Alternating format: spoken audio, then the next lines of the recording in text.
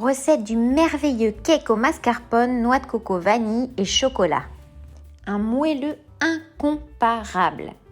À déguster au petit déjeuner, au goûter ou en dessert avec de la crème glacée maison. La recette est dans la description et les ingrédients à la fin. Bienvenue sur ma chaîne YouTube Les Gourmands.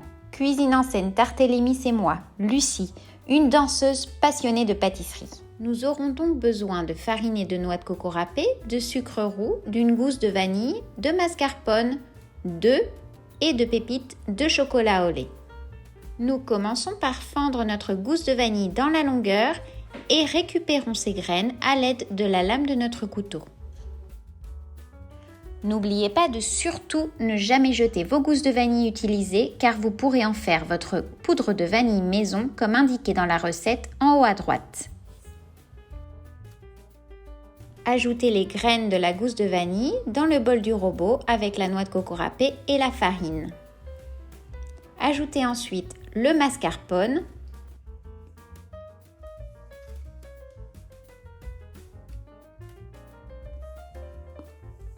et ajoutez le sucre roux. Mettez votre batteur en marche avec la feuille pour bien amalgamer les ingrédients secs avec la matière grasse, ici le mascarpone. Ceci nous permettra de créer des petites bulles d'air dans la matière grasse et aussi de retarder le développement du gluten. Ajoutez le sel ainsi que les œufs, un à un, tout en battant.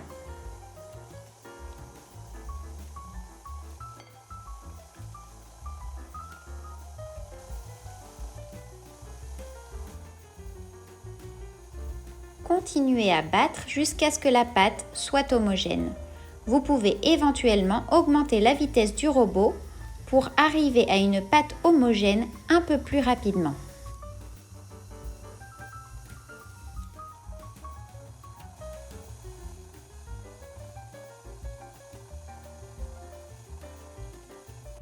Quand vous voyez que tout est bien incorporé, arrêtez de battre, récupérez la pâte restante de la feuille et admirez la texture de votre pâte. Grâce à cette méthode du crémage inversé, vous obtiendrez une texture de cake absolument unique.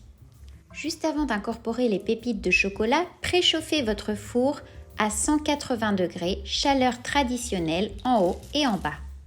Incorporez alors les pépites de chocolat et à l'aide de votre spatule, vous allez les intégrer à la pâte.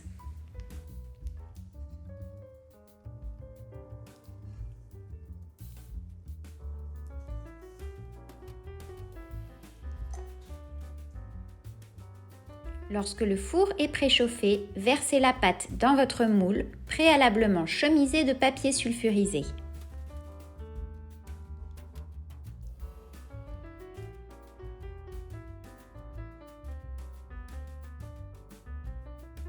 Égalisez la surface ou tapez un petit peu le moule sur le plan de travail et enfournez-le pendant 1h15 à 180 degrés.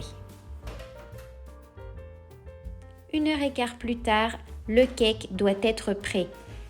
Vérifiez quand même la cuisson à l'aide d'un bâton planté au centre du gâteau qui doit ressortir sans trace de pâte crue. L'odeur de ce cake est incroyable. Laissez-le refroidir complètement avant de le déguster.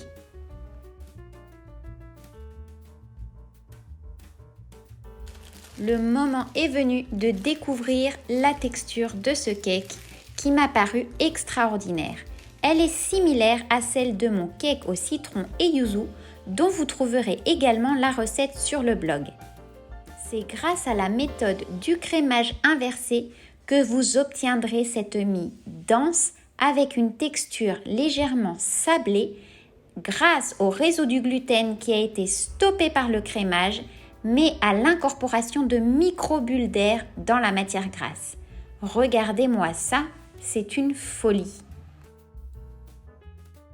Nous avons dégusté ce cake en dessert avec une grosse boule de crème glacée maison à la pistache dont la recette se trouvera dans ma future formation sur les crèmes glacées. L'association était parfaite, mais regardez-moi le délice. Mon chéri et moi, on était d'accord, incroyablement bon. Les ingrédients. Alors, vous avez aimé cette vidéo les gourmands? Si c'est le cas, abonnez-vous pour en voir tout plein d'autres. Bisous!